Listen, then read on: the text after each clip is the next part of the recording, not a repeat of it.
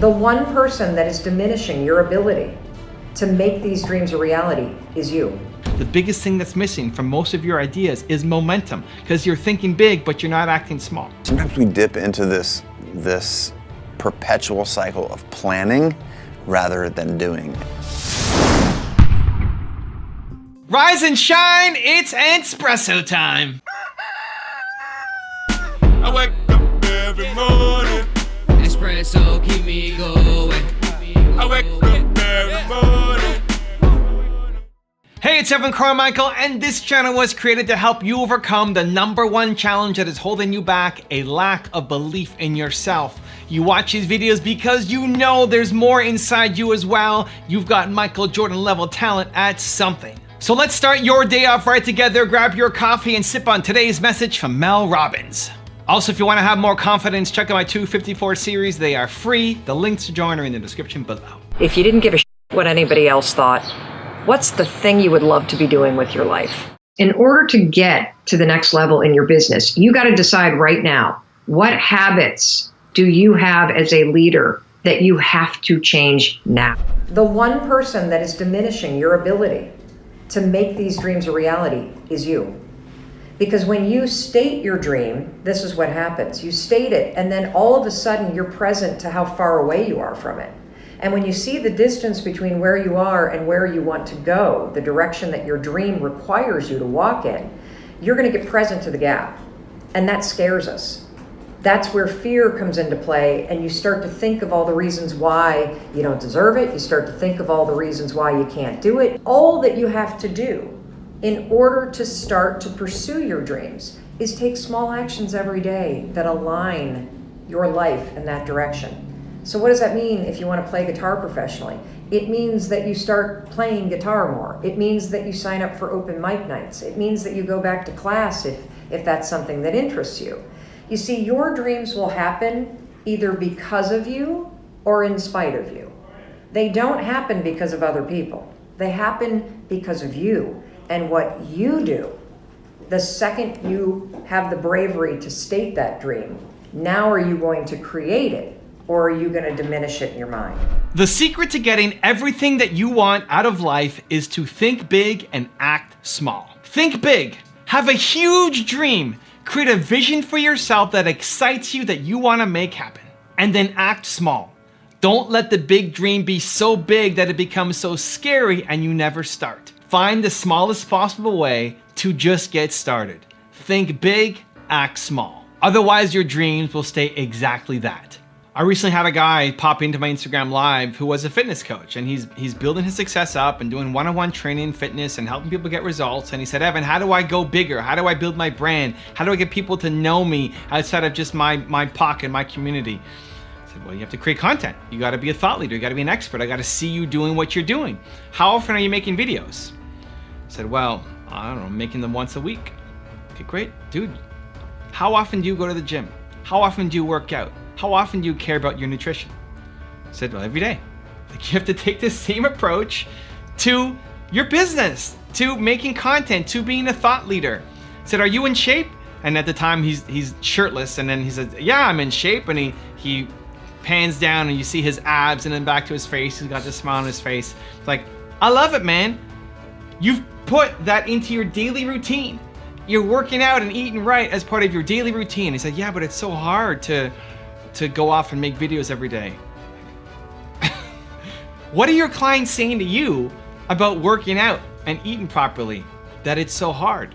Dude, it's the same excuses. You've already figured this out in one area of your life. The problem is you're not being consistent in the other areas. That if you want to blow up and be a thought leader and get a lot of traction, attention, and views, you need to get good at the thing. You don't become great at anything doing it once a week. If you believe that you have Michael Jordan level talent at something, Michael Jordan wasn't practicing basketball once a week. You just will never get great at it. You have all of this untapped potential, all of this ability to go off and make a huge impact, but we never see it because you're doing it once a week. You just will never get good at it. You'll never get good enough at the thing if you're only doing it once a week. So he says, what do I do? Great, you put it into your routine. You already know how to do this. You just have done it for something else. All of you, you've already been consistent on something. Now make this next business goal part of your daily routine. It's thinking big and acting small. Most people think big and have this big vision of where they could go. It's amazing. I believe in your vision. I love you. I want to see you go off and crush that huge goal. I think you can do it. But then show me in your calendar where you take any action. Because most people are spending too much time just thinking, planning. You got to actually get going and doing it. Daily, consistent, small action. One video for my friend who's running his gym now, one video is not going to do anything.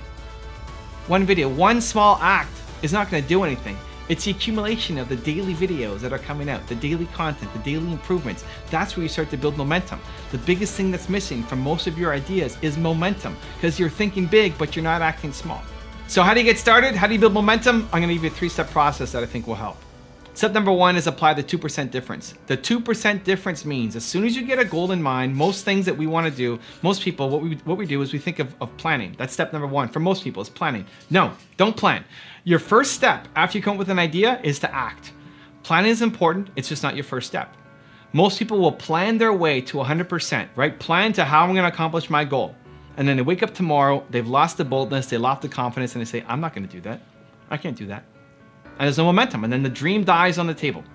The first step is momentum. The first step is action. The first step is figuring out the first 2%. That's it. 2%. Don't plan to 100%. Instead, act on the first 2%. Why is it so important? Because when you're feeling bold, when you're feeling confident, when you get that idea, it's flowing through you, right? You're in that energy zone. You want to use that energy to build momentum. Using that best energy to go into planning and then you wake up tomorrow a different person, you've lost it all.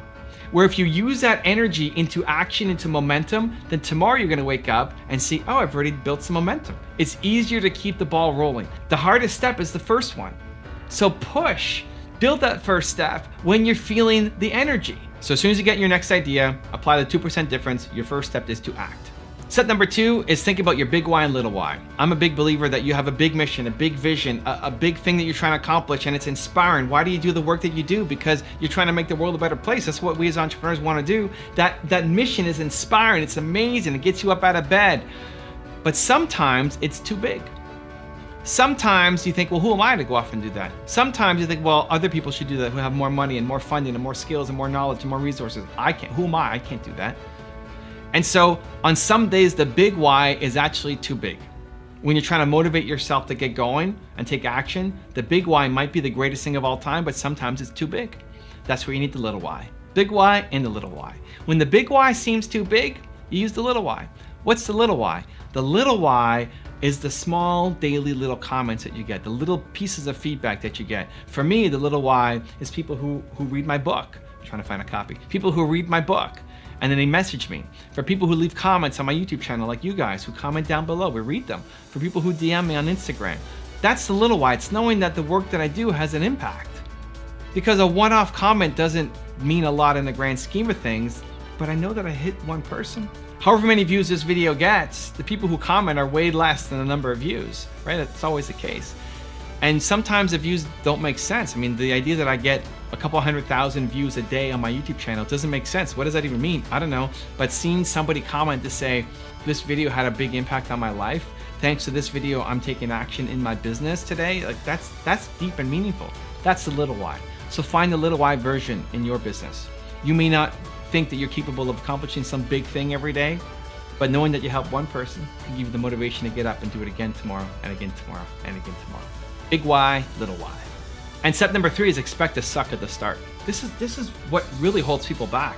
You start something, you expect to be great at it, it doesn't work out, and then you quit. Why do you expect to be great at it? It's the first time you're doing it. From my buddy who called into the Instagram live show, who's shredded with his abs and is gonna make a video, his first video is gonna suck. Right? If it doesn't suck, he should have started years ago. His first video is going to suck. That's the best. And as kids, we know this. As kids, we try new things and we fail at everything. We get up, ha, ha, ha, laugh it off and keep going. But as adults, we try something new and then we fail and then we stop and we never do it again. Then you will never learn anything new, right? You're gonna be stuck inside your box the rest of your life. Expect to suck at the beginning. It's okay, it's normal. It doesn't mean you suck as a human. It just means you don't have the skill set yet. How do you get the skill set? You practice, you get better, you learn, you study, you put in the reps. And so whatever it is that you're trying to take on, yes, you've got this big goal, big ambitions, big dreams. I think you can get there. Amazing. The first start is right now, today. What are you going to do? And in that starting, expect nothing to happen. Expect just to suck everywhere. You're going to make your first video. It's going to be brutal. You're going to write the first page of your book. You're going to be embarrassed by it. You should be embarrassed by it. It's okay. It's great. The quality is going to suck. The results will suck. But what you want to tie your self-worth to is the effort that you did it, that you got started. And if you do that every day, be proud of your effort every day, I guarantee you're going to get results. Now I've got a really special bonus clip that I think you're going to enjoy. But before that, question of the day, I want to know, what is one small step, one small action you are going to take this week? Let me know down in the comments. And if you promise to not just watch another video, but take action after watching this one, give me a hashtag believe down in the comments and keep that promise to yourself.